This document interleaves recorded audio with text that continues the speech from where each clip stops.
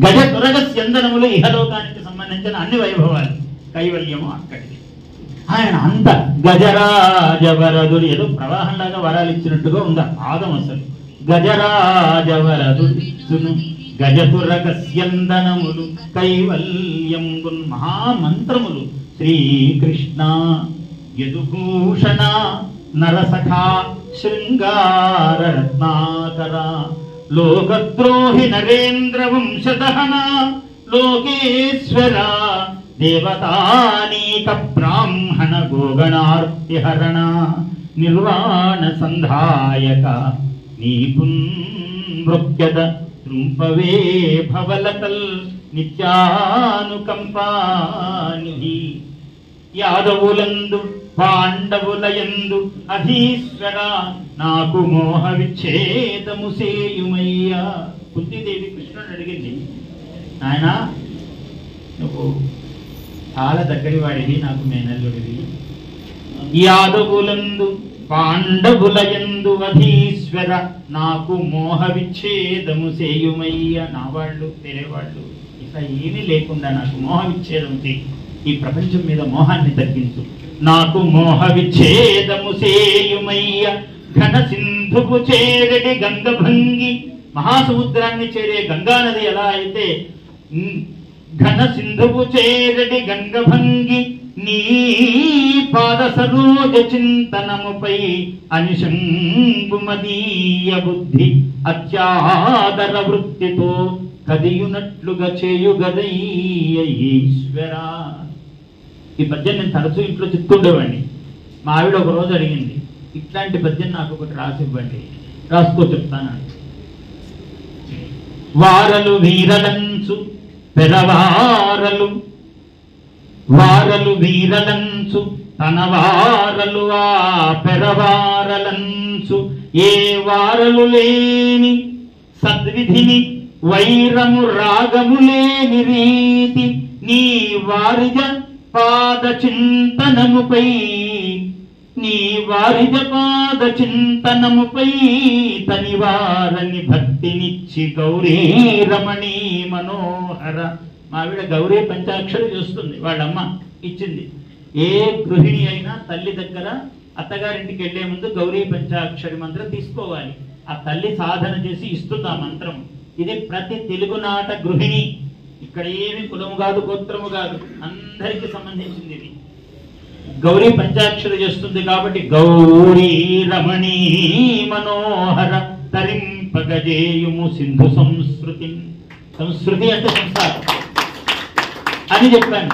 అది పోతన పద్యాల్లో కలిపితే పోతన పద్యంలాగానే ఉంటుంది. అంటే ఆమె దయ పలికించటం అనేది మన చేతిలో పని కాదు. అవధానంలో ఒక ఆమె ఓ మహా పెద్ద కవయిత్రి లేచింది, శివుడి గురించి ఒక పద్యం చెప్పండి. అడగడం ఎంత తేలిక. శివుడి గురించి అంటే ఏమైనా కాల ఘోర వేల ఎక్కడ మొదలు పెట్టాలి? శివుడు అంటే అనంతమైన ప్రపంచాతీతమైన శివస్వరూపం. ఎక్కడ మొదలు అర్థం కాలే నిజానికి నాకు. అంటే చెప్తున్న ఇంత వ్యాఖ్యానం సభలో ఇంత సమయం ఉండదు, అనడానికి ఉండదు కదా. ఇట్లా అనగానే ఇట్లా చెప్పాలి. ఎక్కడ ముట్టుకోవడానికి దొరకలేదు పదం. ఏ శబ్దంబులు చెప్పలేనిది కదా ఈశా మహత్వంబు. నిజంగా పదం దొరకలేదు నాకు. ఏ శబ్దము చెప్పలేదు నీ మహాత్మ్యము. ఏ శబ్దంబులు చెప్పలేనిది కదా ఈశా మహత్వంబు. ఈ రాశీభూత మహామహో జగతిలో రమ్యంబు గమ్యంబును. నీవే రమ్యం. ఈ ప్రపంచంలో నీకన్నా సుందరమైన వస్తువు ఒకటి లేదు. నీవే గమ్యం. అన్ని నిన్ను చేరుకోవాల్సిందే, సకల ప్రాణిజాలము కూడా. రమ్యంబు గమ్యంబును. ఆశావీధులు. ఆశ అంటే దిక్కు. ఆశలు కూడా పొడవు కాబట్టి దానికి కూడా ఆశ అని వచ్చింది. ఒక పట్టాన తెవలదు మనకు. ఏమి అష్టోత్తరమ పూజ, సహస్రనామం, కోరికలు 1008 పెడతాము. నాకు పెద్ద కోరికలేం లేవండి, కానీ గురువు గారికి ఒక్కటి అని అంటారు. అది ఒక్కటి కాగానే మళ్ళీ ఇంకొకటి, అది కాగానే ఇంత కూర్చు వస్తూనే ఉంటాయి కోరికలు. పరంపర అన్నమాట. చేసేది పూజ ఏమో అష్టోత్తరము, కోరికలా సహస్రదళము అని రాస్తా నేను ఒక పాటలో. అందుకని పూజ ఏమో అష్టోత్తరం, కోరికలేమో సహస్రదళం.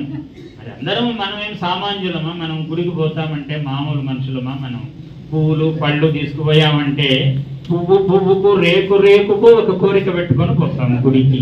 మనమేం సామాన్యులమా? అందుకని ఇదిగో ఇవన్నీ ఇవ్వాలి అని అడుగుతుంటాం. ఇవ్వకపోతే ఏం దేవుడు అండి, నేను నోచిన నోము అసలు ఇదా అదా, ఇంకా నాకేం చెప్పొద్దు అక్క వదిన, ఇంకా నాకు విసుగు వచ్చింది, నేను దీపారాధన కూడా చేయను అంటే ఈమె ఇన్ని కోరికలు కోరితే పాపం ఏ దేవుడైనా ఏం చేయాలి? ఆయన మొత్తం రేకు రేకుకు కోరిక, ఒక అప్లికేషన్. దాంట్లో ఆయన రేకులు బాగా అందంగా ఉన్నాయని చూస్తే ప్రతి రేకులో ఒక అప్లికేషన్ కనపడుతూ ఉండే. ఏమిటి ఇట్లా కావాలి, అది అట్లా కావాలి, అది ఇట్లా ఇది ఇట్లా అంటే అంత నిర్దేశము. ఇట్లా మొత్తము మనమే రూపం ఇచ్చి చేయి నువ్వు అని పెట్టడం ఆయన దగ్గర. ఆయన ఎంత పరమేశ్వరుడైనా ఎట్లా చేయాలి, ఇట్లా ప్రతి ప్రాణికి లోకాలోకములన్నీ చూసుకోవాలి. ఈ పూనాలో ఉండే ఆడవాళ్ళకి ఇద్దాంలే అంటే హైదరాబాద్ లో ఆడవాళ్ళు ఇంత గొడవ చేస్తారు. మా పరిస్థితి ఏమేని ఇక్కడ అసలు రేకు రేకుకు ఒక అప్లికేషన్ పూనాలో పెడితే అసలు రేపుకు మొత్తం ఈ కొస నుంచి ఆ కొసకు 10 అప్లికేషన్లు పెడతారు హైదరాబాద్ లో మహిళామణి. ఏం చేయాలి? పరమేశ్వరుడు పాపం, అమ్మవారైనా పరమేశ్వరుడైనా ఏం చేయాలి వాళ్ళు? అందుకని అప్రతిభులు లేరు, అందరూ ప్రతిభావంతులే. ప్రపంచం ఇలా సాగుతూ ఉన్నది. అందువల్ల మన కోరికలు సంక్షిప్తముగా అసలు కోరితే అనంతం. ఎన్నని కోరుతామండి? ఉపానద్ గూఢపాదస్య నన్ను చర్మావృత ఇవ భూహు అన్నాడు సంస్కృతంలో. చాలా గొప్ప మాట. ఒరే నాయన, నేలకు చర్మం పరుస్తూ పోవద్దు. ఇప్పుడు నా కాలికి రక్షణ కావాలంటే ఇక్కడంతా ఇట్లా పరిచారు, అట్లా పరిచారు, అంతదాకా పరిచారు. అక్కడి నుంచి ఏం పర్వాలి? మళ్ళీ ఆ హోటల్ దాకా, ఆ హోటల్ నుంచి మళ్ళీ ఎయిర్పోర్ట్ పోయేదాకా ఏం పర్వాలి? ఇట్లా సాధ్యమా? అందుకని నేలకు చర్మం పరుస్తూ పోవద్దురా, చర్మమును రక్షగా కాలికే చుట్టుకో చెప్పుగా అన్నాడు. ఉపానద్ గూఢపాదస్య నన్ను చర్మావృత ఇవ భూహు, ఆనంత్య దోషం ఉంది, నేలకు పరవద్దు, కాలికి చుట్టుకో అన్నాడు. అందుకని కోరికలను వదిలేయొద్దు లోకం మీదికి, మనస్సుకే కవచం తీసుకోని ఆయన అని అన్నాడు మహాత్ముడు. మనస్సుకు కవచం ఏర్పరచుకుంటే అది కోరదు. నీకేం కావాలో ఆయనకు తెలుసు, నువ్వేం అడగొద్దు. అసలు నువ్వు కూర్చో, ఊరికే పూజ చేయి, నీ పాటికి నువ్వు అడగకుండా కూర్చో, ఏం కావాలో ఇస్తాడు ఆయన. నీకే ఆశ్చర్యం కలుగుతుంది. ఇవి కావాలి కదా, నిజంగా నేను సరిగ్గా అడగకపోయే మనిషిని కదా నేను, ఆయన కనుక ఇవ్వకపోతే. అంత దేవదేవుడు కదా ఆయన. అందువల్ల ఇవన్నీ మన వాళ్ళు మహాత్ములు చెప్పారు. ఆ పద్యము చెప్పేటప్పుడు ఆ భాగవతము శ్రీ కైవల్య మొదలు పెట్టగానే ఎందుకు నువ్వెందుకు రాస్తున్నావో చెప్పవయా ముందు అన్నాడు. శ్రీ కైవల్య పదంబు చేరుటకునై, ఇది నా పరమార్థము అని. ఏం చేస్తున్నావు? ఎవరిని పూజిస్తున్నావు? లోకరక్షైకారంభకు, భక్తకాపాలన కళా సంరంభకు, దానవ బుద్రేక స్తంభకు, కేడిలోల విలస దృగ్జాల సంభూత నానా కంజాత భవాండ కుంభకు. ఊరికి ఇలా చూశాడంటే సృష్టి అయిపోతుంది. ఆయన కేలిలోల చెలిస్తూ ఉన్నటువంటి, క్రీడగా కదులుతూ ఉన్నటువంటి విలస దృగ్జాల సంభూత నానా కంజాత భవాండ కుంభకు. ఈ కంజాతములు, ఈ కంజాత భవములు, బ్రహ్మాండములు ఎన్నున్నాయంటే అథ అనంత వీర్యస్య శ్రీమదాజ నారాయణస్య అజింత్యావనంత శక్త్యాభ్యయమానస్య మహాజలోక మధ్యే పరిభ్రమమానాం అనేక సూర్యేందుకోటి బ్రహ్మాండానాం ఏకతమే వ్యక్తావ్యక్త మహదహంకార పృథివ్యాపస్తేజో వాయురాకాశాద్యావరణైరావృతే బ్రహ్మాండకరండ మండలే అస్మిన్ చెప్పాడు అని అనుకో. కానీ ఎందుకో కళ్ళనీళ్ళు వచ్చి ఇదైపోతాం. ఆ రమ్యత్వం, దాంట్లో ఉన్న ఆకర్షణ, అనుభూతి లక్షణం. సీతాదేవి అంత కష్టపడిందంటే, అయ్యో సీతమ్మ తల్లి అంత కష్టపడిందా అని ప్రతి స్త్రీ తాను సీతగా ఊహించుకుని, తన భర్తను రాముడుగా ఊహించుకుని, ఇంత కఠినాత్ముడు ఇట్లా చేశాడని ఆ నిమిషంలో కోపం వచ్చి ఏదో చేతుల్లో గరిటెలు లేకపోతే అనుగ్రహం తప్ప ఆ నిమిషానికి, లేకపోతే ఏ ప్రమాదానికైనా ఆ ఘట్టం అటువంటి. ఎవరి తప్పు కాదు అక్కడ. అక్కడ వినేదేమో సీత పాత్రే, కానీ ఇక్కడ ఇంకో పాత్ర వస్తుంది ఆ నిమిషానికి. ఎందుకంటే పాత్ర చేతిలో ఉంటే చాలు, ఆ పాత్రను బట్టి పాత్ర మారిపోతుంది. అందువల్ల ఎవరిని తప్పు పెట్టేదానికి ఆ నిమిషం అట్లాంటి. అందుకని ఆయన అన్నాడు, శ్రీశ్రీ విశ్వనాథ సత్యనారాయణ గారు మహాకవి. ఇటువంటి మహాత్ముల పరంపరలో ఆయన ఒక మాట అన్నాడు. శ్రీశ్రీ అంటే విజయం ఒకసారి చెప్పినది కాదు. శ్రీశ్రీ కోపం అంటే పాపం ఆయన నాస్తికుడు అయిపోయాడు. మంచి గొప్ప ప్రతిభావంతుడైన కవి దారి తప్పాడు. ఆయన ఏమన్నాడు? రామాయణాలనే మళ్ళీ మళ్ళీ రెచ్చి మృచ్ఛిలించే కన్నా ఆమోస్తరు రచనలలో క్షేమము కథ రామకోటి సిరి సిరిమువ్వా అన్నాడు. ఆ రామాయణమే మళ్ళీ మళ్ళీ రాసి మా ప్రాణాలు ఎందుకు తీస్తారండి? పేజీలు పేజీలు గ్రంథాలు రాసి దానికన్నా రామకోట రాసుకోరాదా? నీకు పుణ్యం మాకు పుణ్యం, ఈ బాధ తప్పుతుంది మాకు అని ధిక్కరించాడు. ఆయనంత మహానుభావుడు. మరలా ఇదేల రామాయణం వన్నతో మళ్ళీ ఎందుకు రాస్తావని అంటావా? చెప్తాను విను. మరల ఇదేల రామాయణం వన్నచో ఈ ప్రపంచకమెల్ల ఎల్లవేళ తినుచున్న అన్నమే తినుచున్నదిన్నాళ్ళు. ఏం చెప్పాడండి? పేర్లు మార్చుకుంటున్నాం, దాన్ని ఒకదానికి ఇడ్లీ, ఒకదానికి దోశ, ఒకదానికి ఊతప్పం, అన్నీ అవే కదా. తప్పం తిప్పం, ఇటు తిప్పితే ఇటు, అటు తిప్పితే అటు. ఏముంది? మామూలుగా అమ్మగారు పొద్దున వాడికి షట్రసోపేత భోజనాలు చేసి పెడతారు. పాపం తల్లులు మీరందరూ చేసి పెడితే మళ్ళీ రాత్రికి ఏం చేసావు అంటాడు. ఎంత కోపం వస్తుంటుందంటే మీకు చేతిలో ఏమన్నా ఉండాలి ఆ నిమిషానికి. కానీ పగలు ఇన్ని రకాలు చేసి పెడితే మళ్ళీ రాత్రికి ఏం చేసావు అని అడుగుతావా? సరే అని ఆమె పాపం వారం నుంచి ఫ్రిడ్జ్ లో పెట్టుంటుంది ఒకటి. అది ఒకసారి గడ్డ కట్టిపోయి మళ్ళీ దాన్ని పెనములో వేసి దానికి ఇంత నూనె వేసి, నూనె కాకుండా ఇంత నెయ్యి పోసి మళ్ళీ దాన్ని మెత్తగా చేసి పెడితే ఇదేదో చాలా కొత్తగా ఉంది, బాగా చేశానే, ఇదే పెడతాడే నీకు రోజు, ఇంకా వారం కాదు 10 రోజుల నుంచి ఒకటి పెట్టాను, అది ఇస్తాను రేపు అని కోపం వస్తుంది. అంటే పూట పూటకు వైవిధ్యం ఎక్కడ తేవాలి? అందుకని ఇటువంటి పరిస్థితుల్లో మన హిందువులు వేరే ధర్మం మారుతున్నారంటే ఏం కర్మ పాపం వీడికి. షట్రసోపేత భోజనము వీడికి గణపతి కావాలా, లక్ష్మి కావాలా, విష్ణువు కావాలా, శివుడు కావాలా, అమ్మవారు కావాలా, రాజరాజేశ్వరి కావాలా, చండీదేవి కావాలా, సరస్వతి, ఇన్ని ఉన్నాయి. వాడి కర్మేం పాపం. మతం మారిపోతే వాడికి పచ్చడి మెతుకులు ఒకటే రూపం చూస్తూ ఉండాలి. ఆ ముళ్ళు వీడి దురదృష్టము రెండే ఉంటాయి అక్కడ. వాడి కర్మ కాకపోతే వాడిని ఎవడు బాగుపరవాలి? వాడి ఈ జన్మలో కాదు 7 తరాలు అటు 7 తరాలు ఇటు సర్వనాశనం చేసిన వాడు అవుతాడు. వీడు స్వర్గానికి పోయే మాట దేవుడు అడుగు, నేను ఎవడు బాగుపడతాను అంటే వాడి పచ్చడి మెతుకులకు అదొక్కటే కనపడుతూ ఉంది. ఏమన్నా శోభన వజ్రకిరీటమా, ఏమన్నా వైభవమా, పూలమాలలా, ఏమి చూడాలి? వాడి కళ్ళకు అలా కళ్ళు పొడుచుకుని ఇదైపోయినట్టు కటిక చీకటి గాఢాంధకారంలో చూపులు ప్రసరించినట్టు అయిపోతుంది వాడి పరిస్థితి పాపం. అలా అందుకని వాడిని చూస్తే అయ్యో పచ్చడి మెతుకులక ఏం పాపం వీళ్ళకి దురదృష్టము. ఇక్కడ షట్రసోపేత భోజనము కదా, ఇన్ని పాయసము, దాంట్లో మళ్ళీ ఇవి అవి ఎన్నెన్ని రకాలు వంటలు ఎన్ని ఉన్నాయి ప్రపంచంలో. అటువంటిది మన తెలుగు భాష పద్యము ఇంత సుశోభనమైనవి, రమణీయమైనవి. వీటిని మనము అందుకుని కాపాడుకోగలిగినటువంటి స్థితిలో మనం అందరం కూడా ఎవరో పక్కింటి వాడు పనిచేయాలనుకోవద్దు. ఎప్పుడైనా మనం తెలుగు వాళ్ళం కాబట్టి ఇది కూడా ఒక ఇబ్బంది ఏమిటంటే, ఏదైనా మనకు మార్పు రావాలంటే పక్కింటి వాడి నుంచి మొదలు కావాలనుకుంటాం. వాడికి సరిగ్గా పక్కిళ్ళు మనదే అవుతుంది, వాడి ఇక్కడి నుంచి మొదలు కావాలనుకుంటాం. అమ్మగారు ఏం చేస్తారు, మీరు ఇక్కడ పూనాలో మీకు ఆ సౌకర్యం ఉందో లేదో తెలియదు, కానీ మా ఊళ్ళో అట్లా సౌకర్యం. మామూలు అమ్మగారు పొద్దున్నే ఇంటి ముందు పశువు అంతా పక్కింటి ముందు తోస్తుంది, మన ఇంటి ముందు ఉంటుంది. ఆమెకు మళ్ళీ పక్కిళ్ళు మనిల్లే కదా, మళ్ళీ అటు నుంచి దీనికి రెండింతలు మళ్ళీ చెత్త ఇట్లా తోస్తున్నాము. మొత్తం మీద అక్కడక్కడే ఉంటుంది, ఎక్కడ పక్కకు పోవడానికి వీల్లేదు. అందువల్ల ముందు ఆత్మశోధనం మన నుంచే. మనం తెలుగు మాట్లాడాలి, వీలైనంత ఆంగ్ల పదము వాడద్దు. ఏమైంది, రైసు, అన్నము, భోజనము, ఇట్లాంటి వాటికి ఎందుకు సూపు, డిన్నరు, మళ్ళీ లంచ్. అది ఆ లంచ్ ఏమిటో డిన్నర్ ఏమిటో ఆకాశలో ఏమి తేడానో, ఘీ లేదా ఇంకొకటి, అన్ని సూపు, అన్ని ఇవే పదాలు. ఇంకా కిచెను, అది భయంకరమైన పదం. ఎటు చూసినా అన్ని ఇవే. ఎందుకు ఇవి పక్కకు పెట్టేయండి. సారీ, చీర అంటే ఎంత బాగుంది, సారీ ఎందుకు? అన్ని ఏది ముట్టుకోండి అదే ఇంగ్లీష్ మయము, ఆంగ్లమయము. అట్లా ఎందుకు? ప్రయత్నం చేయండి, చిన్న ప్రయత్నం మీరు ఇంట్లో మొదలు పెట్టండి. వీలైనంత దీనికి తెలియేమిటి. ఏమన్నా మీకు అంత అవసరం అయితే నాకు ఫోన్ చేయండి, చెప్తాను. అంటే మీకు తెలియని విద్య ఏమి లేదు, మీకు అన్నీ తెలుసు, అప్పుడు ఉపయోగించడం లేదు. ఈ బుద్ధిలో ఎన్నో అరలు ఉన్నాయి, ఆ అరల్లో ఉన్నాయి, తీయాలి పదాలు. మీరు బయటికి తీస్తే వస్తాయన్నీ. బెడ్, మంచము లేదు, కాట్, బెడ్, కాట్. కాట్ అంటే కాటు వేసినట్టు లేదు అసలు పదం. మంచం అంటే ఎంత బాగుందండి, హాయిగా. మంచము, పరుపు. ఇప్పుడు పరుపు, మంచము పేరు ఎత్తేవాళ్ళే లేరు సుమా. అంత బెడ్ అండ్ కాట్, అంత డబల్ బెడ్రూమ్, ట్రిపుల్ బెడ్, అంత వీడి బెడ్రూమ్లోనే జీవితం అంతా గడిచిపోయేటట్టు.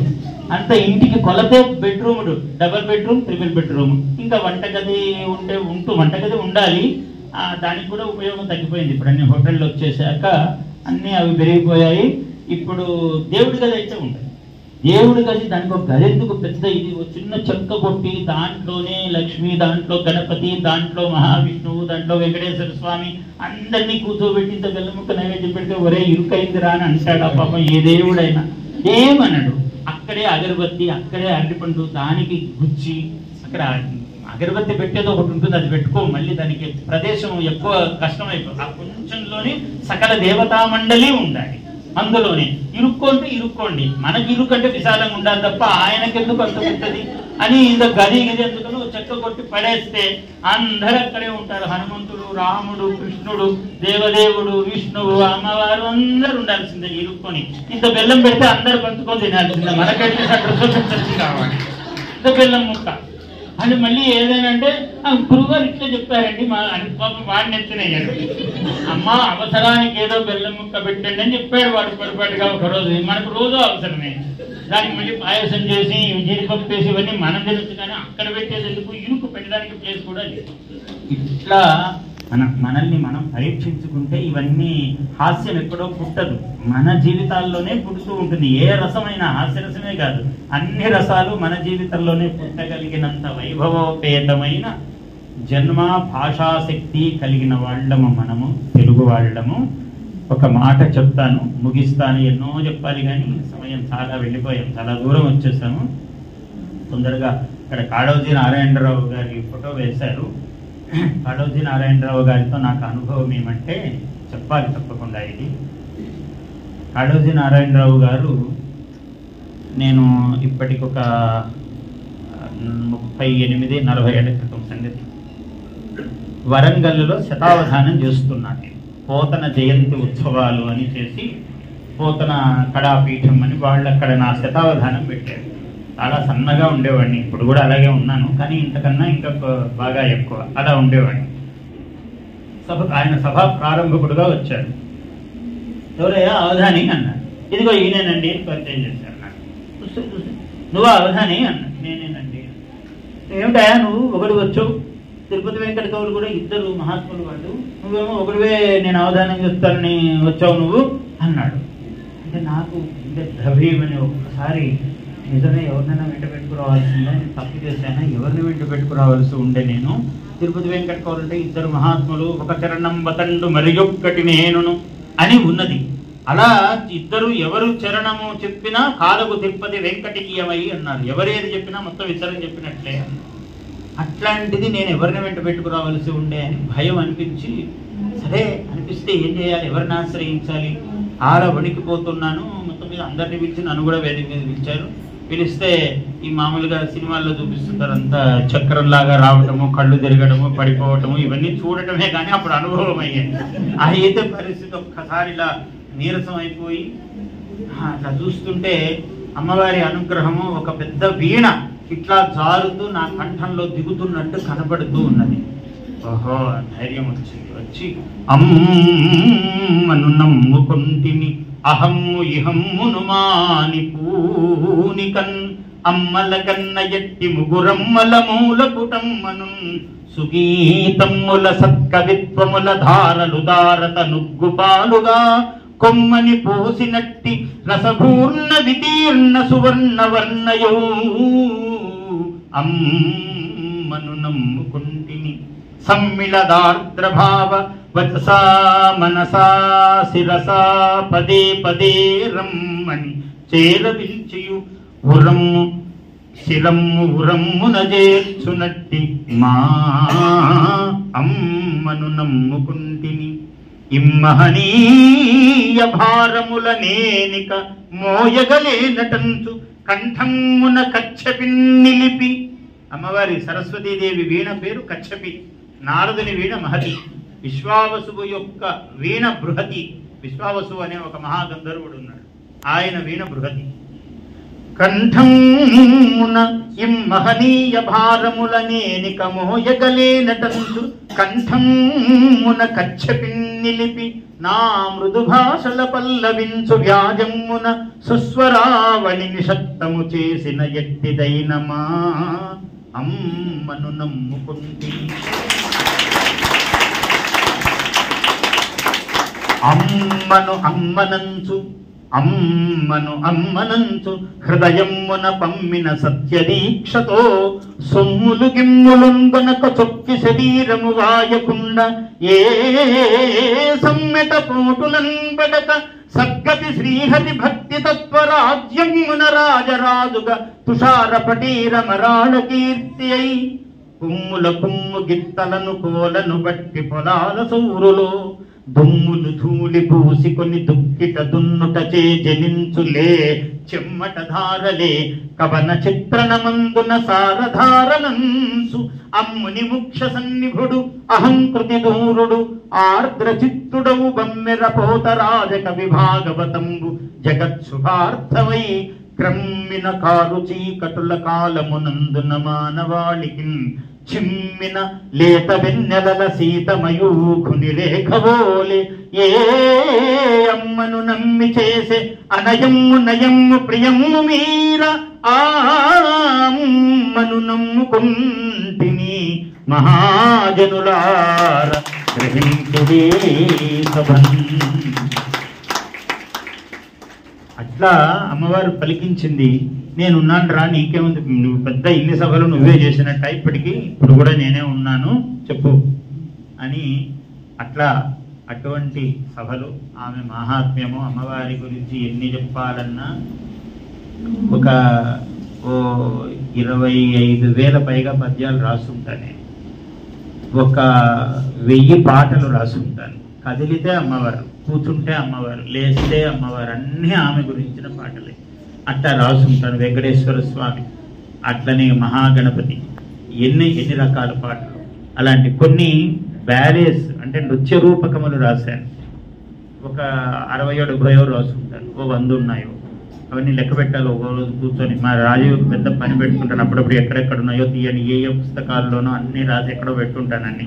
ఓసారి అంటే రాయటం అలవాటు లేదు, ఏదైనా ముందు చెప్పటమే. ఆ చెప్పింది ఎప్పుడో మళ్ళీ రాసుంటాను. లేదా కొన్ని బుర్ర అరల్లో ఎక్కడో లోపల ఉంటాయి, తీయాలి బయటికి. ఎప్పుడో చెప్పినవి ఉంటాయి లోపల, నెమ్మదిగా తీసుకురావాలి బయటికి. అట్లా ఇవన్నీ ఉంటాయి. నేను చెప్పిన చాలా వాటిల్లో మీరు అవధాన సరస్వతీ పీఠం, అందులో మీరు సబ్స్క్రైబ్ చేసుకోండి. అందులో మీరు చాలా ఉంటాయి. ఆ కవిత్వము, నాకు జీవితం అంతా కవిత్వమే. అవధానం వేదిక మీద కూర్చున్నప్పుడే కాదు, ఇప్పుడు ఇందాక అనుకున్నాను, బోలెడు ఉన్నాయి మనసులో. మన తెలుగు మన భాష తెలుగు, మన తెలుగు మన భాష తెలుగు. పుణ్య పట్టణములో పుణ్యమే మన తెలుగు, పుణ్య పట్టణములో పుణ్యమే మన తెలుగు. ఏ దేశమేగినా, ఏ సీమకేగినా, ఏ కొండ దాటినా, ఏ కోన మీటినా, మన తెలుగు మన భాష తెలుగు. ఈ సురేంద్ర పురాణ ఇందాక వస్తున్నప్పుడు నాకు చెప్పారు మన శ్రీనివాసమూర్తి గారు, చాలా అందమైన మాట చెప్పారు. ఈ సురేంద్రపురం అన్నారు గురువుగారు, దీని ఎంత బాగుంది అనిపించి. సురేంద్రుడు అంటే ఇంద్రుడు, ఇంద్రుని పట్టణం. ఆ నాగపూర్నేమో ఫణి పట్టణం అన్నారు. నా పేరే సగం అక్కడ. సరే బాగుంది అనుకున్నాను. ఈ సురేంద్ర పురాణ ఇంద్రచాపము తెలుగు, ఈ సురేంద్ర పురాణ ఇంద్రచాపం. ఇంద్రచాపం అంటే తెలుగు కొంచెమే కనపడుతుంది కదా, తెలుగు వాళ్ళు తక్కువే ఉంటారు. మరి వాళ్ళ ఊరు కదా ఇది, వాళ్ళు ఎక్కువ ఉండాలి కాబట్టి అప్పుడు కూడా ఆకాశం అంతా మనమే ఆక్రమించినట్లు ఉంటాం తెలుగు వాళ్ళు. ఈ సురేంద్ర పురాణ ఇంద్రచాపము తెలుగు, ఈ మహేంద్ర పురాణ చంద్రతాపము తెలుగు. చంద్రతాపం అంటే వెన్నెల. ఈ మహేంద్ర పురాణ చంద్రతాపము తెలుగు. మన తెలుగు మన భాష తెలుగు. ఏ రాష్ట్రమేగినా మన రాష్ట్రమేయని, ఏ రాష్ట్రమేగినా మహారాష్ట్రమేయని. అసలు మహారాష్ట్రం మన రాష్ట్రమే. మన తెలుగు మన భాష తెలుగు. ఏ సీమలోనైనా మన తెలుగు వెలుగు. ఎక్కడైనా మన తెలుగు వెలుగుతూ ఉంది.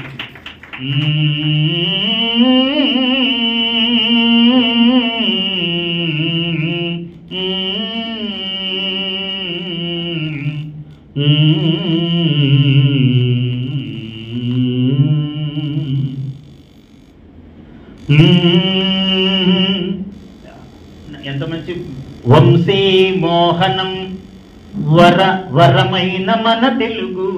వంశీ అధ్యక్షుడు, మోహన కార్యదర్శి. వంశీ అంటే వీళ్ళ పేర్లు కలిసే అంతే, నిజానికి వంశీ మోహనం ఆయన. వంశీ మోహనం వరమైన మన తెలుగు, వంశీ మోహనం వరమైన మన తెలుగు. ఏడేడు కొండలు గుండె కొండలలోన శ్రీనివాసము తెలుగు.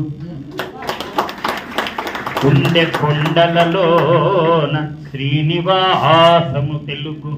మొట్టమొదట ఫోన్ చేసిన వాడే శ్రీనివాసు. మరి అక్కడికి విమానాశ్రయానికి వచ్చి తీసుకున్నవాడు మళ్ళీ శ్రీనివాసమూర్తి వరలక్ష్మి, మమ్మల్ని పిలుచుకొచ్చినవాడు. అంత ఎటు చూసినా శ్రీనివాసుడే. మరి తెలుగు నాకు ఎక్కడ చూస్తే అక్కడ తెలుగే కనపడుతుంది. వరలక్ష్మి గారిని చూసినా తెలుగే, శ్రీనివాసుని చూసినా తెలుగే, మూర్తిని చూసినా తెలుగే, అంత తెలుగే. కాబట్టి గుండె కొండలలోన శ్రీనివాసము తెలుగు. స్థిరమైన మూర్తిలో వరలక్ష్మియే తెలుగు. స్థిరమైన మూర్తిలో వరలక్ష్మియే తెలుగు.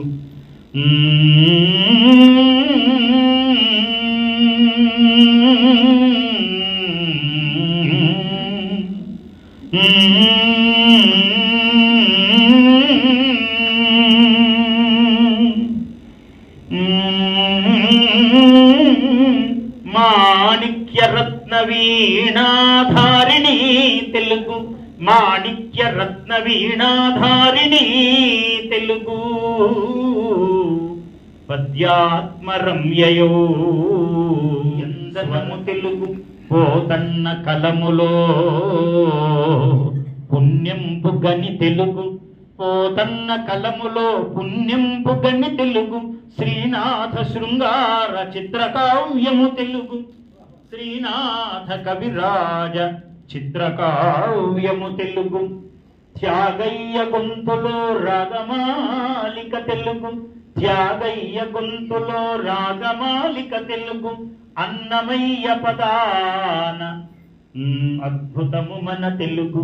అది ముందు చెప్పాలి, అన్నమయ్య త్యాగయ్య కన్నా ముందటి వాడు. అన్నమయ్య పదాన అద్భుతము మన తెలుగు. త్యాగయ్య గొంతులో రాగమాలిక తెలుగు.